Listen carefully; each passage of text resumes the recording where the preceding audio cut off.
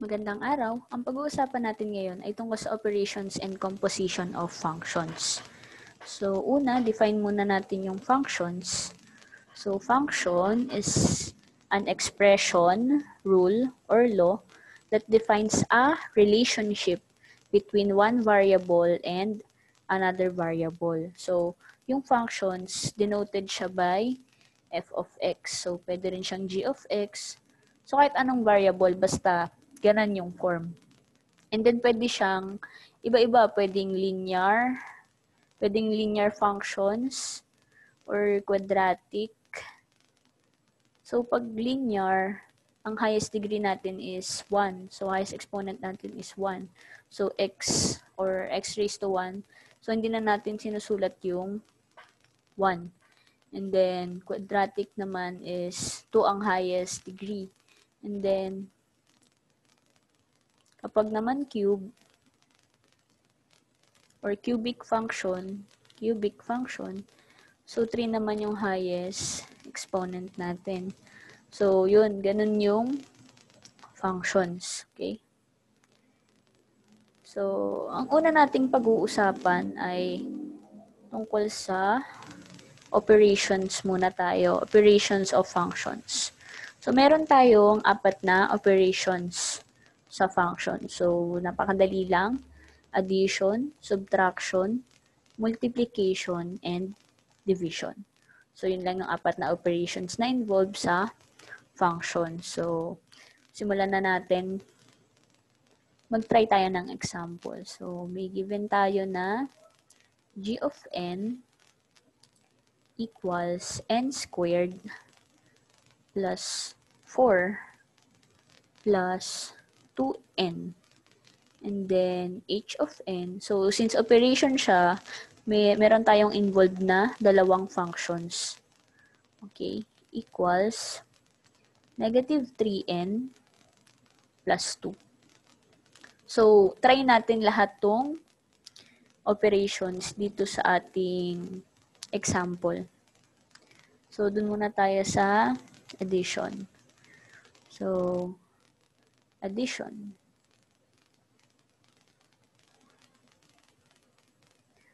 Okay. So, g of n plus h of n. Okay. So, g of n squared plus 4 plus 2n plus negative 3n plus 2. So, pag sinulat natin, n squared plus 4 plus 2n minus 3n plus 2. So, arrange lang natin. So, una n squared and then tong may mga variable plus 2n minus 3n and then constant plus 4 and then another constant plus 2. So, simplify natin. N squared plus 2n minus 3n. So, negative n pala siya. Negative n, since negative 1 yun, 2n minus 3n is negative 1. Hindi na natin sinusulat si 1. Kaya negative n plus 4 plus 2 is 6. So, ito na yung g of n plus h of n. So, paano naman kapag may equivalent na number tong si n? So, kunwari ay g plus h of 2. So, yan, meron ng equivalent na number. So, g plus h of 2.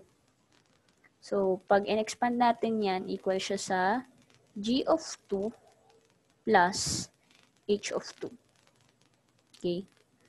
So, ang gagawin natin is to substitute 2 sa parehong function. So, una, g of 2. G of 2, papalitan lang natin lahat ng n ng 2. So, 2 squared plus 4 plus 2 times 2. So, ito yung mga n natin. N squared, tsaka itong nasa dulo. So, g of 2. So, simplify lang natin. 2 squared is 4 plus 4 plus 2 times 2 is 4. So, g of 2 equals 4 plus 4 is 8 plus 4 is 12.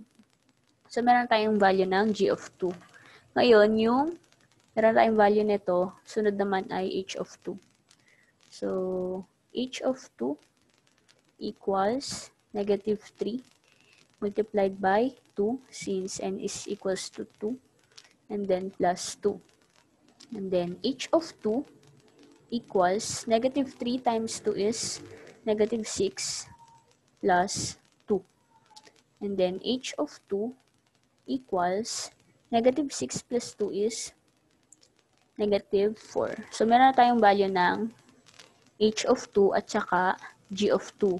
Ngayon, ang ating operation is addition. So, plus lang natin 12 plus negative 4. So, 12 plus negative 4 equals 8. So, ang sagot natin, g plus h of 2 equals 8. So, that is our final answer. Next naman natin is subtraction. Okay. Subtraction naman tayo. Subtraction. With the same given. Okay. So, una ay g of n or, teka lang, pahin natin yung sulat. G minus h of n.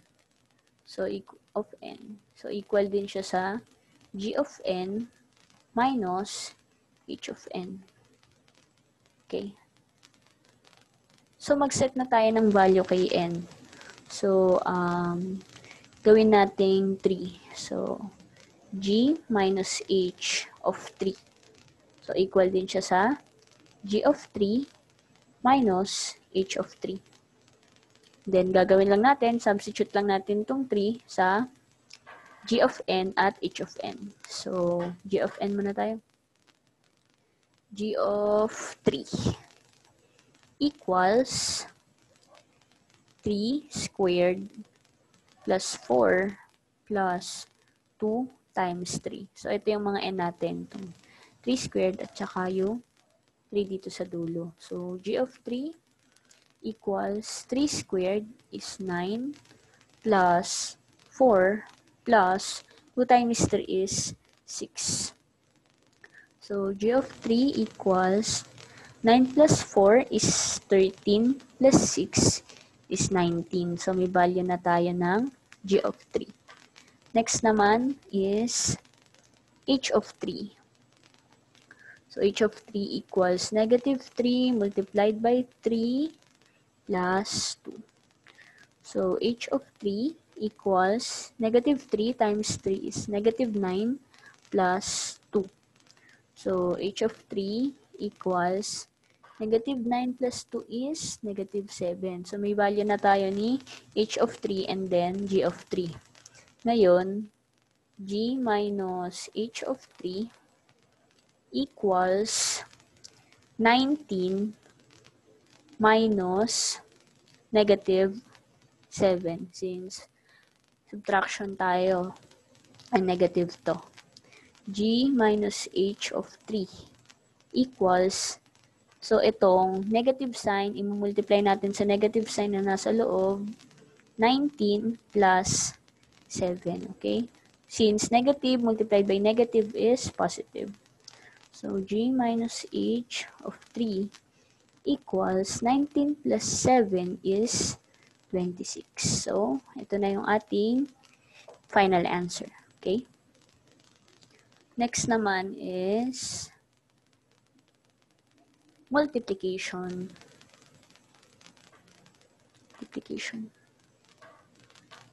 So, multiplication. With the same given still. Okay. So, g multiplied by h of, mag-set na tayo ng number of 1. Okay. So, this is equal to g of 1 multiplied by h of 1. So, ganun lang ulit. Substitute lang natin. G of 1. Okay? G of 1 muna. Equals n. So, 1 squared plus 4 plus 2 times 1. So, ito yung mga n natin. Yung naka-parenthesis. And then, g of 1 equals 1 squared is 1 plus 4 plus 2 times 1 is 2. So, g of 1 equals 1 plus 4 is 5 plus 7, plus 7, no. G of 1 equals 1 plus 4 is 5 plus 2 equals 7. So, meron na tayong value ng g of 1. And next naman is h of 1 equals, so, negative 3 multiplied by 1 plus 2. So, h of 1 equals negative 3 multiplied by 1 is negative 3 plus 2. And then, h of 1 equals negative 3 plus 2 equals negative 1. So, meron tayong value ng h of 1. So, proceed na tayo. G of 1 is 7 multiplied by negative 1. So, equals 7 multiplied by negative 1 equals negative 7. That is our final answer. Okay? Next naman is division naman tayo. Diba? Ganun lang kasimple. Division. Division. Okay? So, set naman tayo. 5 naman. So, G divided by H of 5. Okay? So, that is G of 5 divided by H of 5. So, ganun ulit. Substitute natin. G of 5 equals 5 squared plus 4 plus 2 times 5. And then g of 5 equals 5 squared is 25 plus 4 plus 2 times 5 is 10. So g of 5 equals 24 plus 25 plus 4 is 29 plus 10 is 39. So, meron tayong value ng g of 5. And then, next is h of 5 equals negative 3 multiplied by 5 plus 2. Then, h of 5 equals negative 3 multiplied by 5 is negative 15 plus 2. And then, h of 5 equals negative 15 plus 2 is negative 13. Okay. So, meron tayong value ng g of 5 and then h of 5. So, ngayon, di-divide naman natin. No? 39 divided by negative 13. So, ang answer natin is 39 divided by 13 is 3. So, since positive at saka negative to, ang sign natin is negative. Okay? So, that is our final answer. So, yun. Ganun lang kasimple yung operations and operations lang pala muna. Operations of functions. Okay? So, next naman ay composition. Composition of function. Pag sinabi natin composition, ipapag-combine natin yung dalawang function para maging isa na lang siya. So, siguro gamitin na lang natin itong ating example para hindi na tayo mag-isip ng iba pa. So, kunwari ay wait.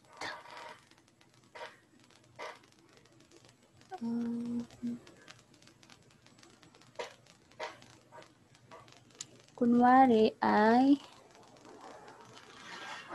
G of H of 3. Okay? So, kunwari, G of H of 3. Pwede rin siyang isulat as G of H of 3. Okay, same lang yan. So, ganun pa rin. Hindi pala. Ang una natin gagawin is copy natin yung function na nasa labas, which is G of N. G of N equals N squared plus 4 plus 2N. And then ngayon, since nakopya natin G of N, ngayon yung H of N, which is negative 3N plus 2, ay isa-substitute natin sa lahat ng N nitong G of N. Okay? So, ngayon, ang mangyayari ay G of H of N muna tayo. G of H of N. So, yung N dito, ito na yung isa-substitute natin. Okay? So, negative 3N plus 2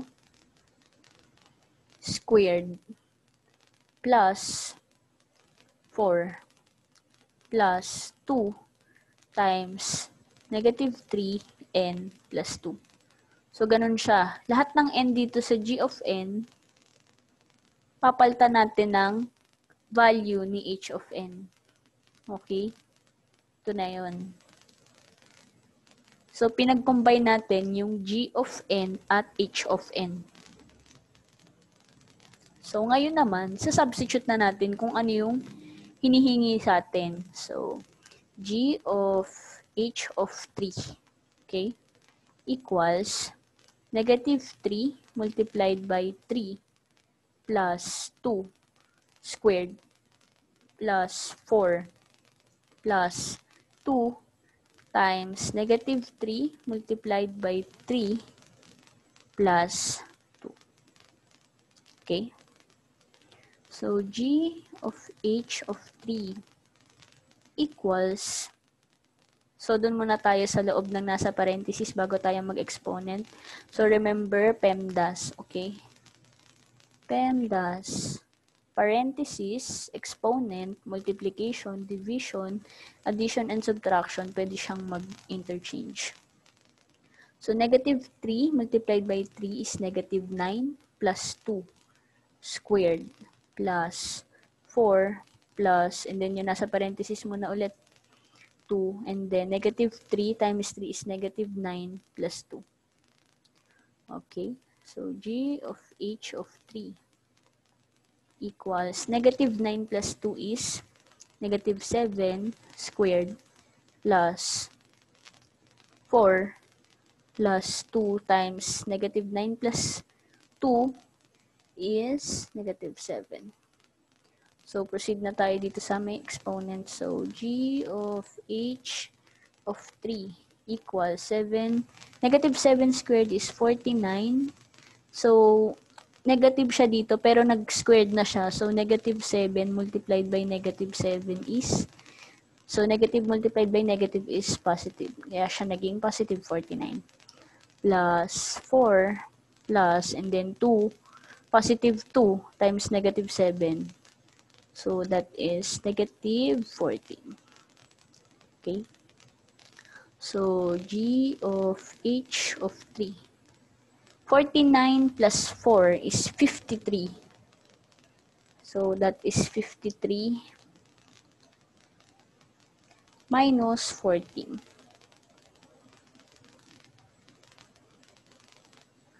So, G of H of 3 equals 39. Since 53 minus 14 is 39, that is our final answer. So, pwede naman na unahin natin na i-substitute si 3 kay H of N para hindi tayo masyadong mahaba. So, try natin yun. Okay? Ay, wait.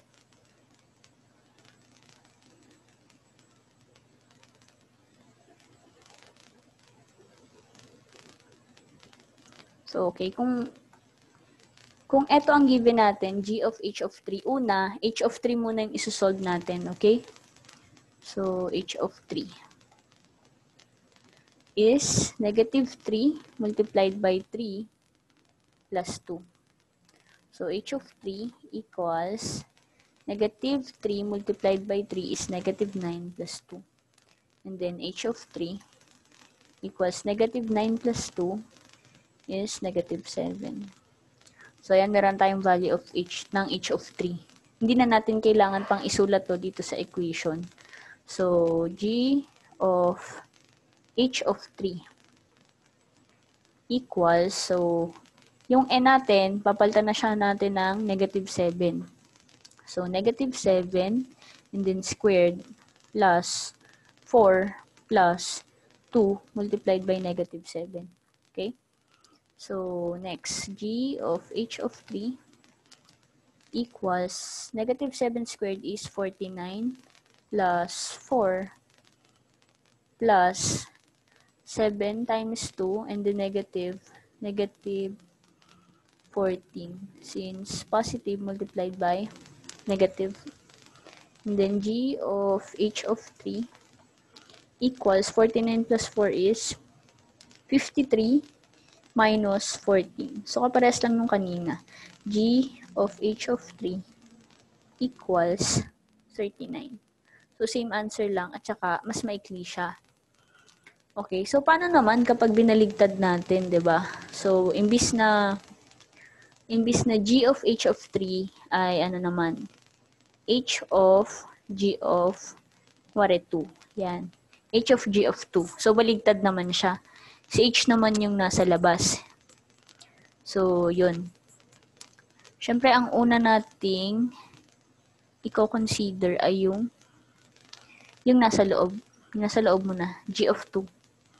So, yun muna isusolve natin. G of 2 equals 2 squared plus 4 plus 2 multiplied by 2. And then, G of 2 equals 2 squared is 4 plus 4 plus 2 times 2 is 4. So, G of 2 equals 4 plus 4 is 8 plus 4 is 12. So, meron tayong G of 2 na 12. So, sunod naman is H of G of 2. So, since 12 na nga ito si G of 2, 12 na lang sa substitute natin dun sa equation ni H of n. So, negative 3 multiplied by 12 plus 2. Okay? So, h of g of 2 equals negative 3 multiplied by positive 12 is negative 36 plus 2. So, h of g of 2 equals negative 36 plus 2 is negative 34. So, that is our final answer. So, yun, ganun yung operations and composition of functions. That's all. Thank you.